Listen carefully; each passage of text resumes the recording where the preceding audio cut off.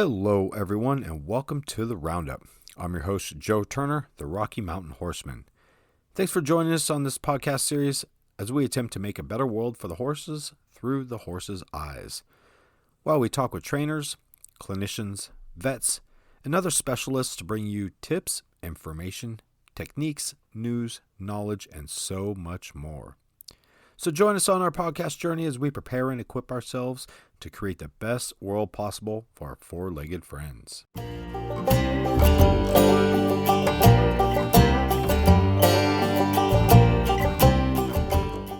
Again, welcome to the Roundup, and this is episode number 1, the first one of the whole series, and super excited to be here, super excited to be doing this. So thank you very much for joining us. In this episode, we are going to be talking about what's natural about natural horsemanship. But before we get into that, I'm going to go ahead and just give you a brief bio about myself, a little bit of history, who I am, where I come from, and what my job is with the horses. As I stated earlier, my name is Joe Turner. I am the Rocky Mountain Horseman. I'm based out of Montana, just outside of Bozeman. I've been here for about 17 years, and I am an international clinician and a horse trainer. Well, as I like to more plainly put it, I'm a horse educator and a people trainer. I think anyone who knows about horses knows exactly what I'm talking about. For those of you who are just getting into horses or might not know much about horses as of yet, as this might be the beginning of your journey, what our job in natural horsemanship is to be able to communicate with the horses in a way that they understand. And so again, that's what this podcast is about, as well as that's what my job is. So I am a horse educator and I am a people trainer. And what that means is, in my viewpoint, the horses are a perfect animal. They're born a precocial animal. They're born perfect. They have a fully mature brain. The only thing they lack at birth is muscle memory and experiences. So coming out of the womb, the babies know how to do flying lead changes. They know how to walk, trot, canter. They know how to back up. They just have to do all of these things physically and get their muscle memory built up, strengthened, and get those connections going in their brain. So the horse, again, a precocial animal, they know how to do everything. So our job is not to train them how to do anything. They know how to walk, trot, canter, back up, do slide and stop, spin left, spin right, passage, piaffe, I mean, you name it, they can do it. They already know how to do it. Again, we're not teaching them anything. We are training ourselves on how to ask these horses to do what they already know how to do. And we're going to train ourselves to ask them how to do these things without confusing, frustrating, frightening, scaring, or causing pain to the horse. Again, that's our goal, is to train ourselves on how to ask the horse to do what they already know how to do naturally without confusing, frustrating, frightening, scaring, causing pain to the horse. So that's our journey while we create this better world for the horses. The horses want to do what we want them to do. They might not understand, but they willingly accept a leadership, not by being strong-armed, but by showing good, strong mental capabilities, having confidence in yourself as a leader, not only for yourself, but for the horse as well. And that's the most important factor for the horse. They want to make sure that you can provide a safe environment no matter what. That if a predator approaches and presents themselves in a predatorial manner, that you can provide a safe way to live, essentially. You can provide a way to safety, or a way to rest and relaxation and safety without creating a worse situation, building confidence in that horse and keeping yourself first and foremost safe. So that's what I do. I train people how to do these things. I start colts. I work behavioral problem horses. And I travel all over the world doing this in clinics, and I also do it here at my home in Montana. I do take some horses in for training every month, or usually I have them on a longer program, about 90 days minimum. And I spend probably, I guess now about 3 months out of the year traveling overseas and teaching clinics in places like Italy and Poland, Germany, UK, and many other places throughout the world through my lifetime as I guess I call myself a professional, but I don't think I'm a professional. I'm just doing what I do. And I've learned some things along the way that help out with the horses and our journey, and I'd love to be able to pass those on to the best of my ability. And so thank you again for coming and having the desire to make a better world for the horse. So let's delve into some of the things that we are going to be talking about in this first episode of What's Natural About Natural Horsemanship.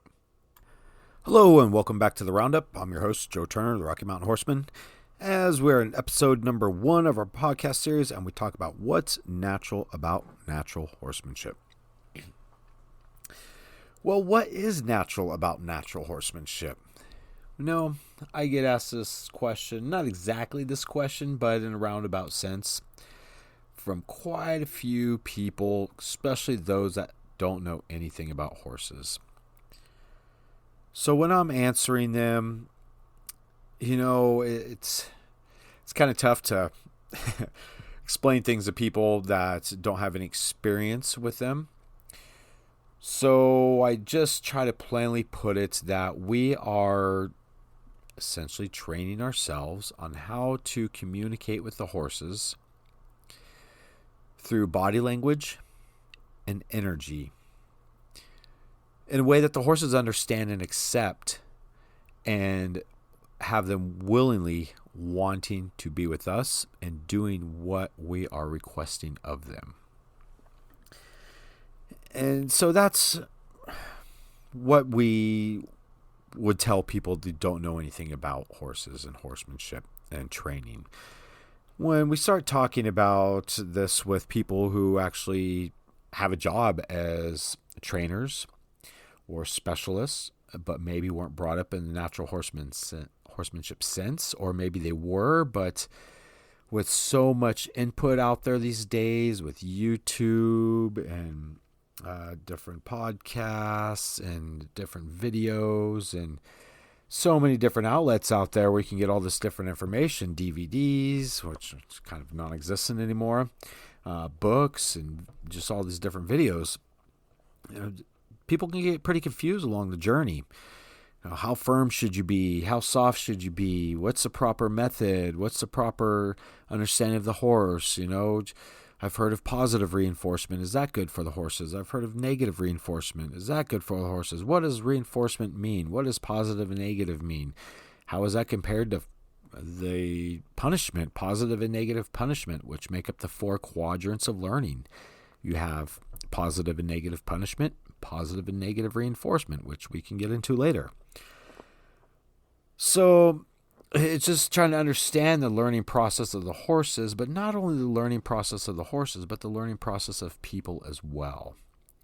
Because we have to train ourselves and we have to understand what's going to be the best way for us to gain access and absorb and utilize the knowledge. Because it's just one thing to have access to it, but then it's actually a whole nother thing to practice it and put it into place.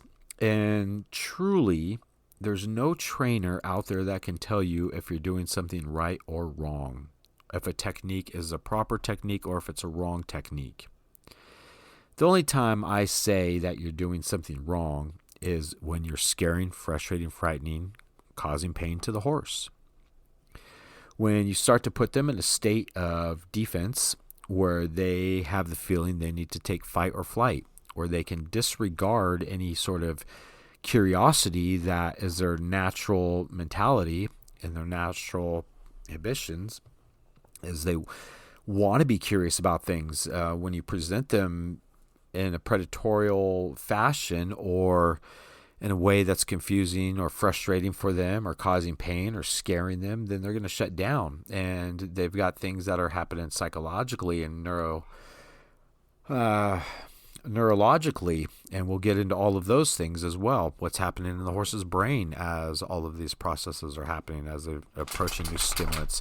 How are we able to take control of a situation and guide the horses to safety, calmness, confidence, and again, looking to us for the leadership no matter what the situation is. We want them looking to us like they would the alpha horse, or a mother would, a baby would look to a mother in a dangerous situation or any type of situation at all. So we want to build upon the curiosity of these horses. And the way we go about that, again, is understanding their body language and their energy and the subtle cues and how they work and communicate with each other, how they move each other around, how they present themselves, and what sort of learning possibilities or techniques do they use with each other. And we'll get into all of that. Do they use positive reinforcement or negative reinforcement? Do they use positive punishment or negative punishment? Again, these are all questions that we'll answer throughout our journey in this podcast. And these are just some of the seeds I want to plant in your head as we start talking about what is natural about natural horsemanship. So again, to answer that question, what's natural about natural horsemanship? Absolutely nothing.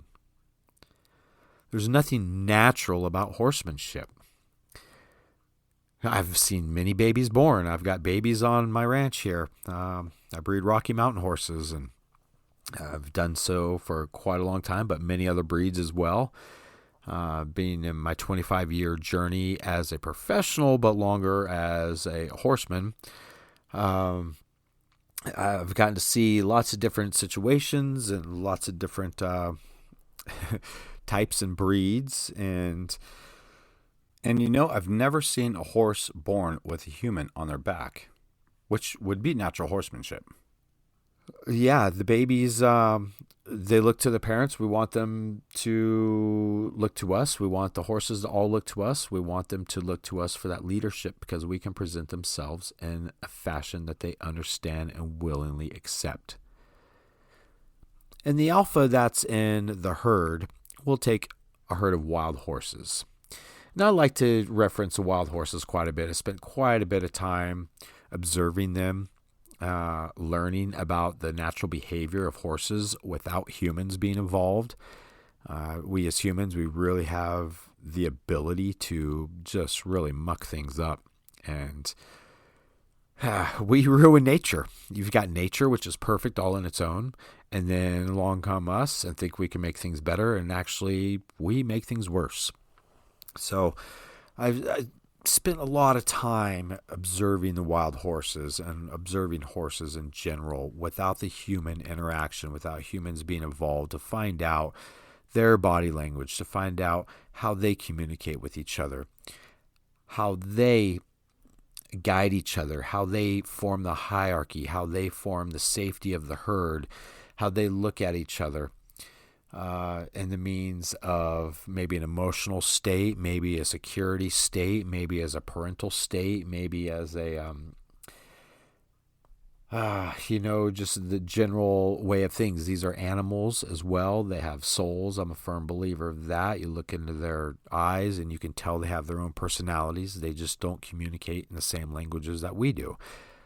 So it's up to us to be able to learn their language as a foreign language and communicate with them. And that's what the natural part of natural horsemanship is about, is learning their language and utilizing that language, turning ourselves into horses, taking the predator out of this whole program, because we are predators by nature.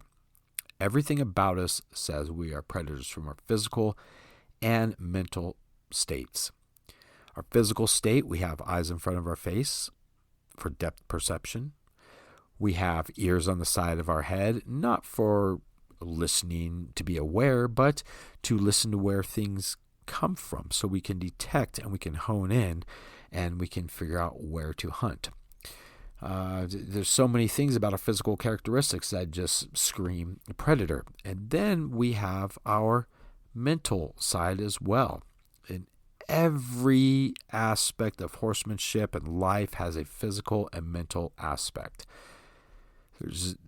Everything has a physical and mental aspect. So we will be talking about that quite a bit as we talk about the horses and we talk about techniques and different things and different approaches and everything that has to do with the horses through this podcast. So we'll talk about the physical and the mental pressures and aspects of everything. So again, the horses have the physical pressure and then they have the mental pressure. We have to know how they work with themselves mentally. We have to know how they work with themselves physically, how those two are symbiotic upon each other, and how to use the mental side of things to be leaders for our horses and to place ourselves in a position of leadership, to place ourselves in a position of non-predatory status. Again, our mental and physical says we are predators. Our mental, when we want something, we walk directly towards it and grab it. If I want to grab a glass that's on the counter, I'm going to walk directly over and I'm going to grab that glass and then I'm going to do whatever I need to do with that glass. And that's not the way that prey animals work. Prey animals, they will meander and they will graze a little bit. They'll make sure that the environment's safe, and then they'll get a little bit closer, continuing to check the safety of the environment, acting nonchalant, grazing, or doing whatever they're going to do, and they will eventually get to the location of their goal. That is completely not like predators, like we just stated. So when we do little things like retreat, when we're going towards a horse starts to show us that they're unsure. They're a little trepid. They have some hesitancy towards us because of the way our body language is presenting us. Then when we stop that forward progress towards a horse before they move their feet and we actually take a step back, that is something predators don't do. Predators never retreat. So when you do that, you actually confuse the horse a little bit. And you start to draw on the curiosity because you're taking away that physical and mental pressure and you're presenting it in a way that they can understand and they can digest. Because if you continue forward, the horse will put itself into a defensive position of fight or flight because of your body language and your energy and the way you present yourself. So they will typically take flight and run away. So we change our approach when we start to recognize the body language of the horse, all the small little telltale signs, and we recognize that there is a stepping process, that the pressure, physical and mental, moves up in scale. And if we can recognize when the scale is about to be tipped and equalize it with our own actions and our body language and energy, then we can actually take away that defensive position for the horses. So we learn to speak the horse's body language, their language in general, which is body language and energy. We replicate that within ourselves, and we present ourselves as non-predators. And when we can present ourselves as non-predators is when we can start to build trust. And it's not enough to build trust. You have to build trust and respect. We cannot separate the two. The two are symbiotic. And it is how the horses operate in the natural as well. They never operate with just trust with no respect, or with just respect and no trust. When you have no trust and no respect, you're going to have a dangerous horse. You're going to have a horse that will run you over. You're going to have a horse that's going to bully you around and push you around and nudge you with their head and step into your space because they look at you not as a predator, but as another horse in the herd, but you're lower on the pecking order than they are. So we build trust, then we build ourselves into the herd, and we're either above or below the horses on the pecking order. There are no equals, and we'll talk about that in the future. So there are no equals in the herd, so you're either following or you're leading. And if you build trust, you are a follower. But if you build the trust and respect, then you not only get a horse that trusts you, but respects you as a leader and will follow you till hell freezes over. We want these horses to look to us and want to be with us and have a relationship with us the same way that the babies would to their mothers, or all the horses would to the alpha. When there is a raging river and the alpha decides this is a spot we're going to cross, and she crosses through, she gets to the other side, she doesn't look back and tell everyone, hey, it's okay, everyone, come on, let's go. She goes, and they all willingly follow. There is no bribing. There is no conversation about it. She goes, they willingly follow because they trust her that she knows the best and safest and easiest way to rest, water, and food. Rest and relaxation will be in a separate place than water and a separate place than food. They're never in the same area together. If they were, the pack of wolves would be like, hey, everyone, we got a dinner reservation for 6 of us down in Horse Valley tonight. That's where they stay. They got all the food they need. They got all the water. They just hang out there. So, yep, they've picked 6 of them out for us, and we are expected at 7:30 tonight. So come on, guys. No, that's not the way it works. The horses are constantly traveling for safety. Their food, rest, and relaxation and water are never in the same places for the preservation of the herd and the safety of the herd.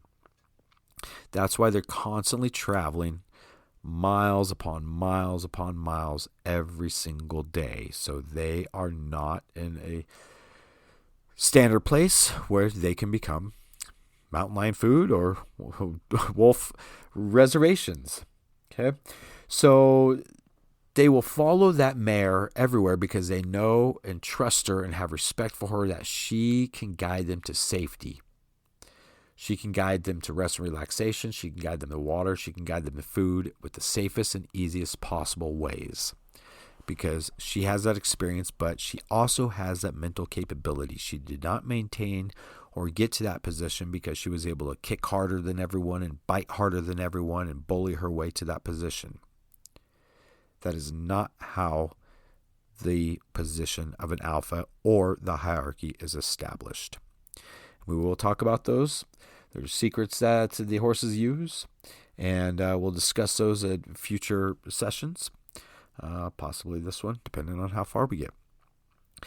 But back to natural horsemanship. What's natural about it is us learning their body language and being able to present any given situation that we are asking of our horses in a way that feels natural to them. It does not confuse, frustrate, frighten, scare, or cause pain. We draw upon the curiosity. We nurture the curiosity that the horses naturally have. And we want them to be mentally and physically engaged, wanting to be part of what we're doing, not being a slave or an employee or a product of the process. That's not what this is about. This is about a partnership, and a partnership is not about a 50-50 relationship. It is about a 51-49 or 60-40 or whatever you want to call it. It is about you being the leader, not the boss, the leader in the partnership. And the leader in the partnership gets down and gets their hands dirty and is an active part of this partnership and is a leader and a guide through the whole process. The horses want to give up the leadership. It is the most stressful position in the whole entire herd. They not only have to worry about their own safety, they have to worry about the entire herd's safety, or everyone that's underneath them in the hierarchy's safety. Horses naturally want to give up that leadership.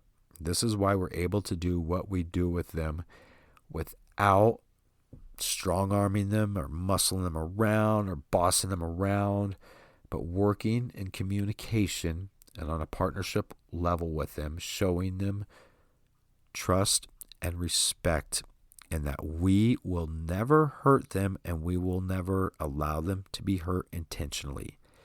That is our end of the bargain. That is our promise to the horse. That through the whole process, through our whole journey, through our whole lifetime together, in every interaction, I will never hurt you and I will never allow you to be hurt intentionally. Now, that doesn't mean that accidents don't happen, but the horses, just like we, know when something is an accident and when something is coming because it's intentional, whether it has emotion or energy or intent behind it. The horses are not dumb. They are super intelligent creatures that just happen to communicate in a different manner than we do. So again, it's our job to learn the communication of the horse. Because I have taught all over the world and I've never met a horse that can speak Spanish or Japanese or German or Polish or English or Italian. They can't speak any of these languages, but they are talking to us. And the question is are we listening? Again, are we listening? And do we know how to hold up our end of the conversation and communicate back to them? So that is our job. That's what this is all about, is equipping ourselves, preparing ourselves, providing as much knowledge and information as we can for ourselves to be able to enable our horses to be the best they can be without us holding them back, and us providing a better world for the horses because we take them out of the wild, we put them in these man-made structures and man-made environments, and we put them in all of the different situations and processes that we are putting them in. So it is our job to be their caretakers. It is our job to take care of them better than we would ourselves. Now, that does create a little bit of a conundrum, because if we don't take care of ourselves, then we can't take care of our horses. So, there is the fine line there. But for many of us horse lovers out there, I think it's just a curse that we all have. We all tend to spend more money on our horses and take better care of our horses than we do us. I call that a good problem. But anyways, again, this is what this journey is all about. Knowledge, because abuse and frustration begins where knowledge ends. Again, abuse and frustrations and the ways that are not natural to the horses and bring our predator state back out, all that happens when our knowledge and our education ends. So never allow yourself to get to that state. Recognize when your education and your knowledge ends and just strive to be better. Look yourself in the mirror. Stop anytime you're not accomplishing something. Look at yourself. What are you doing that is not allowing the horse to understand? Now, with that being said, there are some situations where horses come out of abusive homes, abusive backgrounds, but the beautiful thing is they will forgive and forget in a heartbeat as long as you can present yourself in a non-predatory fashion, in a way that they can trust and look to and respect for that leadership and the safety and for the guidance. You could take any horse in such a short amount of time and turn them into a willing partner who's trustworthy. Again, that's what this journey is all about. So thank you for joining me. Super happy, super excited to be doing this. People have been asking me for a while to write a book, do some podcasts, do videos. Hey, gosh darn it, I'm just so darn busy to do all of it. But I think this podcast, I might be able to make it work out.